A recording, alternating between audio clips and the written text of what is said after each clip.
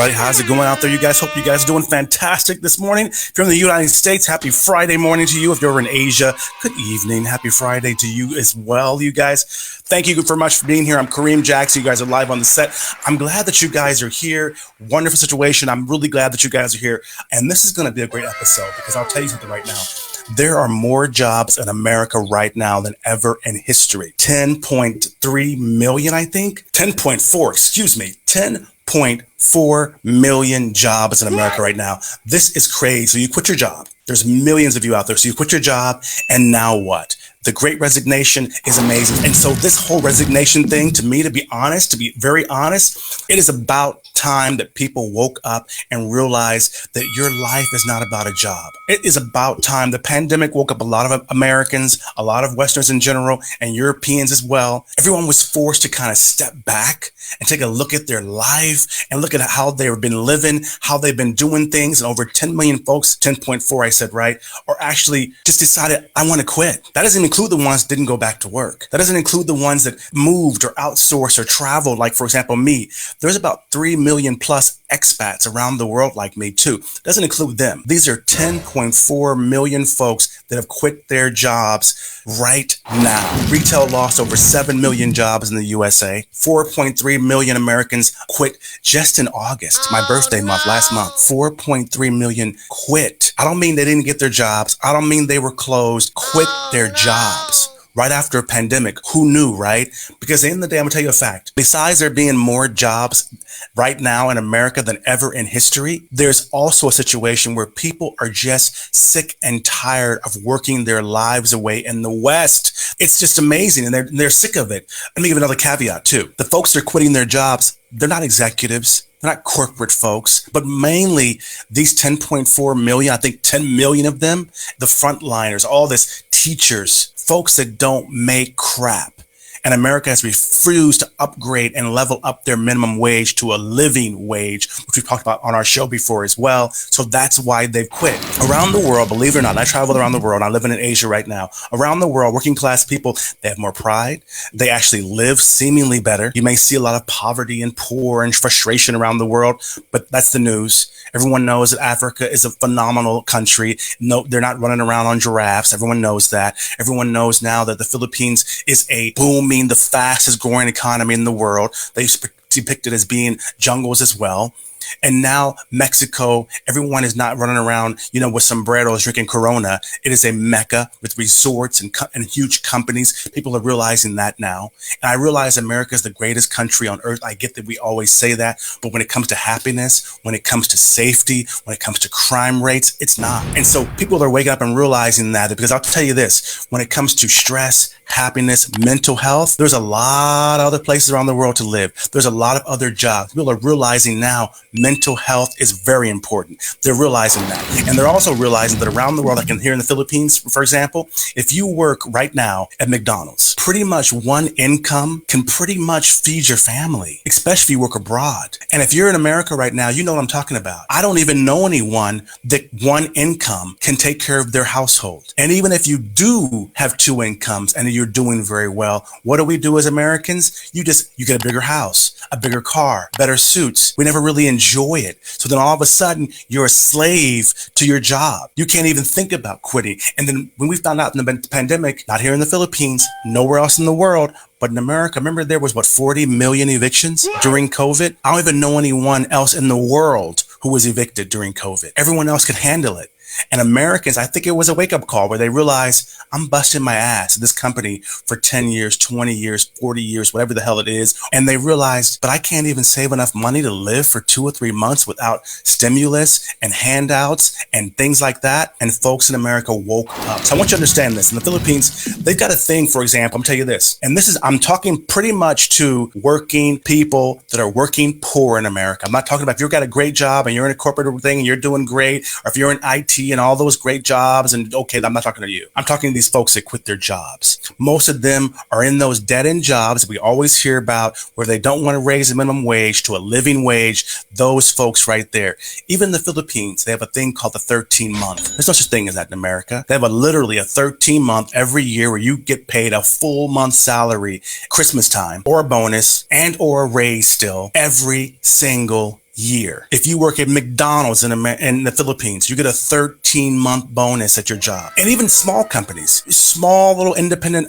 entrepreneur companies like mine, there's holidays, there's 13 months, there's all these things in America. If you're working one of those McDonald's or service jobs, or those ones that I told you about where they're quitting. I know a lot of you folks don't believe me. Hold up, look at this. You telling me I'm lying here? Food service industries, you guys, this is just August. 892,000 people quit their jobs. Retail, 721,000 quit their jobs. Forget that. And then wholesale trade, 155,000 quit their jobs. Tell me that is not crazy amazing. And I'm very proud of you. I'm very proud of you guys out there that are holding your companies accountable. They're making them think about your well-being. I'm proud of you guys that realize that you missed your family, that you missed being at home. I'm proud of you guys that have went out there and launched your businesses, because I have tons of new clients. Women, y'all kicking butt right now, especially Black women. You are kicking butt right now. I'm proud of your books. I'm proud of your nanny businesses. I'm proud of your retail businesses. A shout out to Keisha's Candy Apples. I'm so proud of all the entrepreneurs that have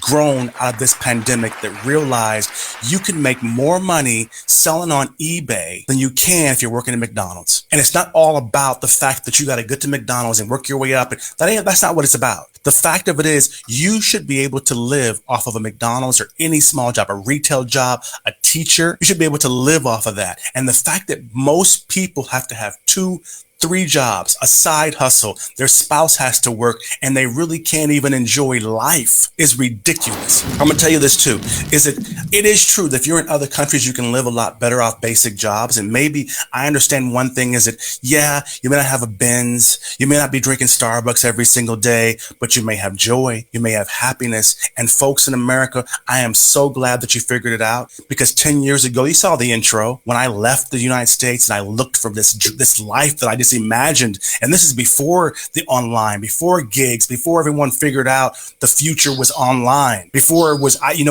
there was times when I actually flew back and forth from the Philippines to America just for an investor meeting. Whereas now we've discovered Zoom, we've discovered all of these things. And I'm so happy right now. This great resignation right now, maybe it's depressing for companies, but for the people out there that have woke up, I'm proud of you. I'm really happy for you. And during this pandemic, you guys, a lot of you realize that the future is online anyway.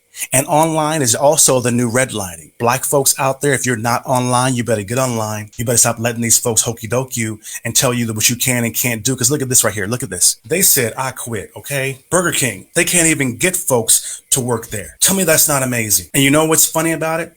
Is that at the end of the day, the folks don't want to deal with the crap they got to go through with those jobs in the States. And I'm real proud of you guys for doing that. So you guys, I'm going to get into 10 things here that I wanted to touch on real quick, because you guys have been asking me about another video since all of you. We have been bombarded with clients here at Canco. As you know, that we help people with their websites, get their companies started, get their launching, help them with their development and all of that stuff. And you new entrepreneurs, I love working with you guys, because you are realizing right now that if you are one of the millions and millions, 10.4 this as of right now, that are working at these dead-end jobs with companies that don't appreciate you, dealing with racism and diversity. I mean, we always hear the DEI thing, but no one ever talks about how the hell does that feel when you work there. We always hear about so-and-so's canceled and so-and-so said this. We never talk about, what about the folks that worked at that company? We've actually, now that we're relaunching Black Kansas City Magazine, formerly Minority Success, in Kansas City,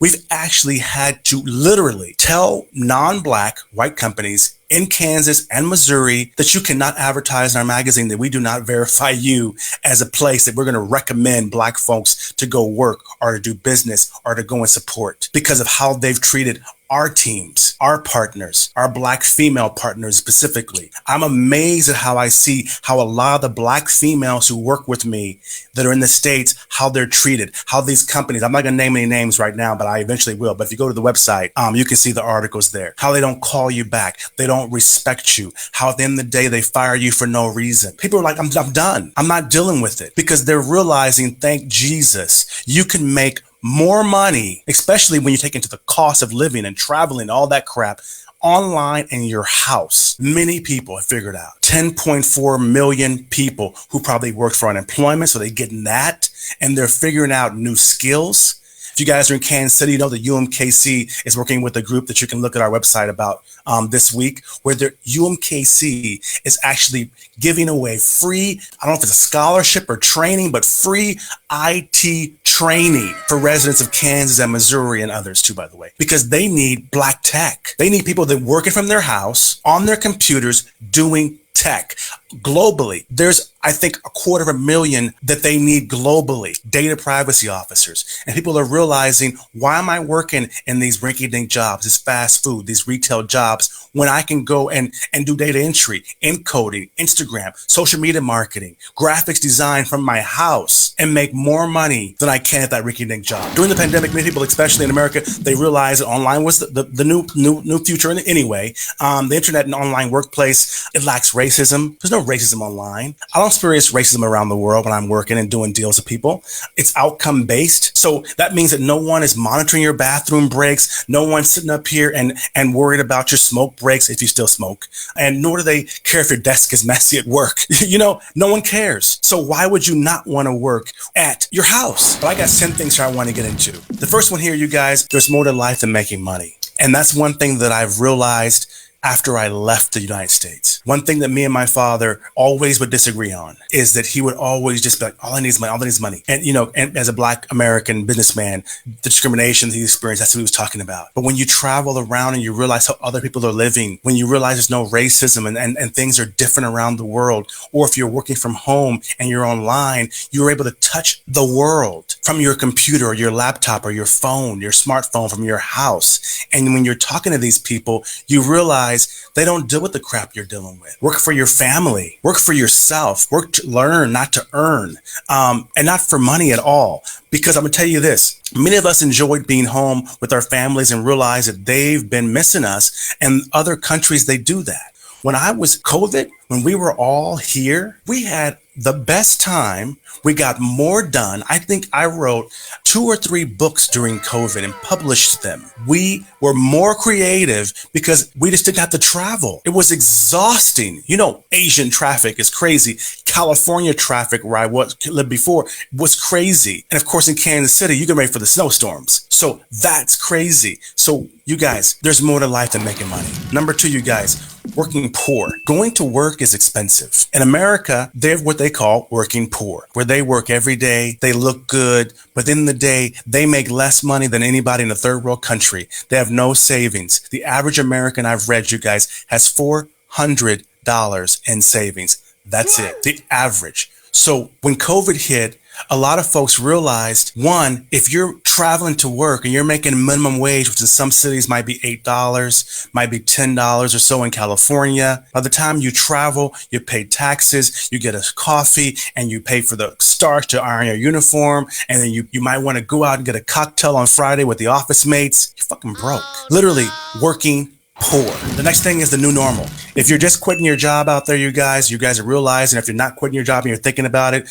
the new normal right now is that there's fears of health issues, of course, with COVID. And in America, as we know, unlike here in Asia and the rest of the world, everybody don't want to wear their mask. Everybody don't believe in pandemic. Everybody don't believe in the coronavirus. There's these mixed emotions. So at the end of the day, if you have any pre-existing conditions, and mind you, if you're working at these retail jobs, you have no health insurance either. You are scared. You're literally worried about, well, what happens to me? What if I bring it home to my wife or bring it home to my grandmother or whoever like that? So they've left because the new normal health fears. There's tons of new professions out here that didn't even exist 10 years ago. Data privacy, encoding, data entry, all of these things didn't exist. Social media managers didn't exist. And now if you look on LinkedIn, they have a whole new section for home-based work, remote work, they call it. So things have changed that way. And a lot of folks out there want to get new training, they want to get new education, and they want to get new insights on new industries because they realize they can do better outside of that industry, because 8 hours a day is 8 hours a day. So you may as well figure out what you can do. Number 4 here, you guys, why not be home-based anyway? I don't understand the whole thing. Literally, if you research any entrepreneur, whether it's Google, whether it's Microsoft, whether it's myself, we launch and start our entire companies in our garages, in our dining room, in our homes. And you telling me that you can't do work from home? You can't do it? I don't understand that. I never got that. But workers, I think, have learned. Some companies out there, like T-Mobile, for example, LinkedIn, for example, they made more money during COVID, profit-wise, than ever before in their company's history, because there's so many options out there right now for ways for you to make money that there is no reason that anyone should be working at a dead-end job. There is no reason why anyone should be working at a job in America where they can't pay their bills. None. Because now the opportunities, the tables have changed. Number 5, you guys, America needs a raise. I've touched on it a little bit here, and I do feel you guys. For you to go back and do that, you say, if I'm going to leave my family, build your company for you, and do different things, I want a raise for it. I want something. It's different. Like if you're a startup, that's different. If you're a partner, it's different. If you're a bunch of friends building a company or working for a small company, it's different. But when you know you work for a corporation like Walmart, for example, and you don't make a living wage, you're working a job and you're still on welfare, you're still getting food stamps, shit, the hell with that. Because I'll tell you something else, right? People around the world always hear the US dollar rate is so big and they look at it like, oh my God, $100. That's 5,000. That's 10,000 of our money. It's so big. I'm like, yeah, but you know what? If you're making $8 to $10 an hour, you're actually making more money in your country than they are making in America. The difference is if you're a foreigner and you're working in America, you don't need to buy a home. You don't need to have a great credit score. You don't think of those things. And if you do, you're probably going to do better because you're just happy to be in America. But if you're an American for generations to generation like I am, and you realize the whole world, because we're realizing it's not all about money, people. Now folks are realizing, I want to be with my family. I want to be happy. So keep that in mind, you guys, that America, they need a raise. Lifestyle demands and lifestyle freedom. I have not wanted to be in an office for 20 years. Even when we had our offices in downtown Kansas City, at the Firestone building, 10,000 square feet offices, you guys, I was never really there. I never understood why we got the office anyway, but I do understand that back then, workers needed to go to a place. Even before the pandemic, even here in Asia, a lot of folks respected that you left and you went to the office, you had a briefcase, and they respected that. But now they respect that you can stay home and make that money, that you don't have to travel and give yourself health issues and be worried about transportation and what are they going to be wearing masks on the bus or on the train or traffic, or they have realized that no. At the end of the day, that's not what it's about. Lifestyle demands and lifestyle freedom is huge. The other thing I mentioned, you guys, I want to bring up is home-based work versus business. Okay, let me give you, if you're looking at LinkedIn right now, you're watching this, I'm from LinkedIn. Okay, LinkedIn, 16,000 employees. They ain't going back to the office, boo-boo. LinkedIn said, no. I mean, I don't know if it's final or not, but the word in the streets is that 16,000 LinkedIn employees are not going to be going back to the office. I know T-Mobile was very similar to that as well. And mind you, here the whole situation about home-based work versus business. Most of these people that work at home, they're going to realize online business. Maybe not white folks, but the black folks, minorities are going to realize, because we know that we can't get the raises, we can't get the promotions that other white folks can, even at these corporate jobs. We're not going to be there retiring usually from these corporate jobs. So this is the time for you to do a part-time hustle at your house, selling shirts, selling food, selling online, anything, services. If you do graphics at work, you might as well get on Fiverr, get you a gig doing logos and stuff, because nowadays that's what's changed. Number 8 here, you guys. No one works harder than Americans do. And I don't mean that we do that on purpose. We don't even know we're doing it. Because in America, what happens is, and it's sad actually, it's very sad, but no one works harder than Americans do, and probably Europeans too. Because if you look at nearly every Hollywood movie, every Netflix special, even Superman had a job. Why? Somehow working in American culture has become who you are. No one works harder than we do. Not only can you work at McDonald's in another country and feed your family off that one job, but they got 5 people for every position working at that job. So you don't work as hard. America is the situation where you get the job, you bust your butt, you do good, they like what you do, they give you a little promotion or a little credit or a little, a little sticker on your report card. And then you work more. And then now you want to make a little more money. So now you're doing 2 jobs at the same. I don't mean a part-time job either. I mean, you're doing 2 jobs at the same job. You do really well. You can handle it. So now you're saying, well, handle this.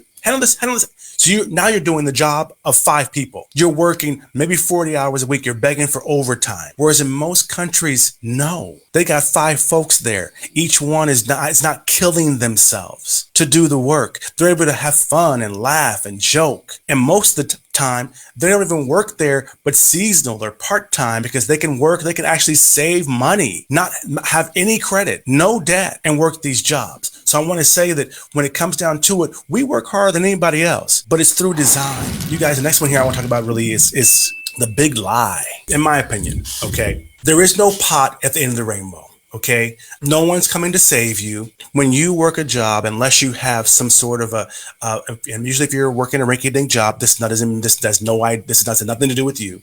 Stock options, 401k, retirement plans, parachutes and things like that. If you don't have any of those, which are probably the 10.4 million they quit, it's a big lie. If you're not there, used to be, they didn't care, they called someone else. If you were at the factory, no big deal. If you collapse, which you've heard about, this happened at Bezos' company, where you literally collapse on the line at your job. No one cares. They keep on working. Don't even notice. So within the day, you better make damn sure that you're getting what you personally want from this job. And if you're not, you're doing yourself a great favor by quitting and figuring out something different than you can do. So I'm really crazy proud of you guys for that.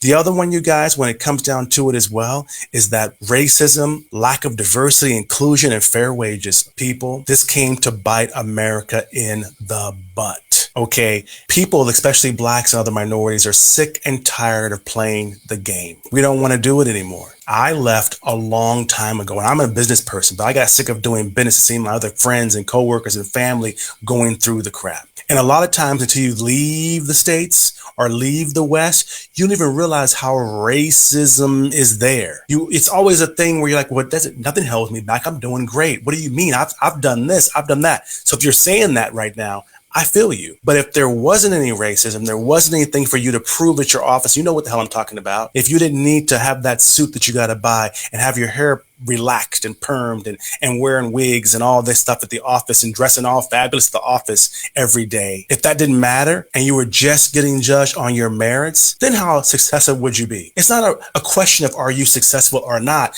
It's a question of it exists. So if it didn't exist, you would be more successful. So now the whole racism and all that DEI and diversity thing is biting these companies in the butt because folks are getting tired of dealing with it. There's companies I know that pay huge salaries that have contacted us, and we've actually denied to work with them because when we do our due diligence, we realize they treat black folks like crap. So why would I refer you? But at the end of the day, they can't even hire black folks. They lose government contracts. They don't get certain situations and grants and things like that because they can't hire black folks.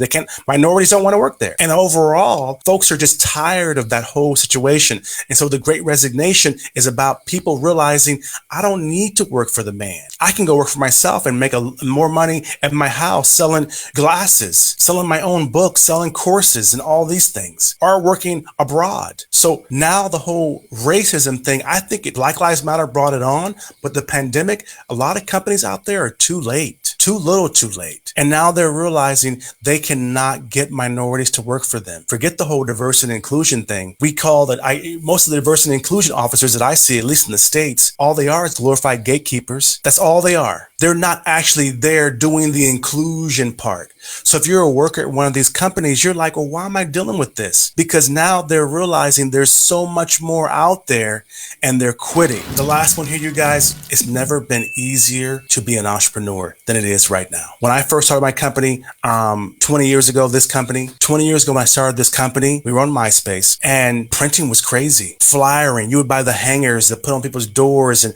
you just couldn't, there was no digital, there was no social media, there was none of that. Websites were $5, $10, $15, $20,000 for a website for a basic business, and no one was online. So you just literally had it because you were dealing with certain people, but the market wasn't online anyway. So now things have changed. You can be an entrepreneur, and you know what? If you're working a rinky-dink job, let me tell you another fake thing that they tell you about business. You don't need $1 million company. If you're making $10, $20 an hour right now at your job, if your company made $10 or $20 an hour, which is totally possible, and you were an entrepreneur, sole proprietor doing that, yeah, you got some taxes and things like that, but you pay your taxes after you pay your expenses. And at the end of the day, you own it. What you build, you own it. If you make a website for someone, you can use it for your own referrals. If you do these things, and if you're working for a company, make sure there's a company that has team members, not employees, that has partners, not staff, because it's never been easier to be an entrepreneur.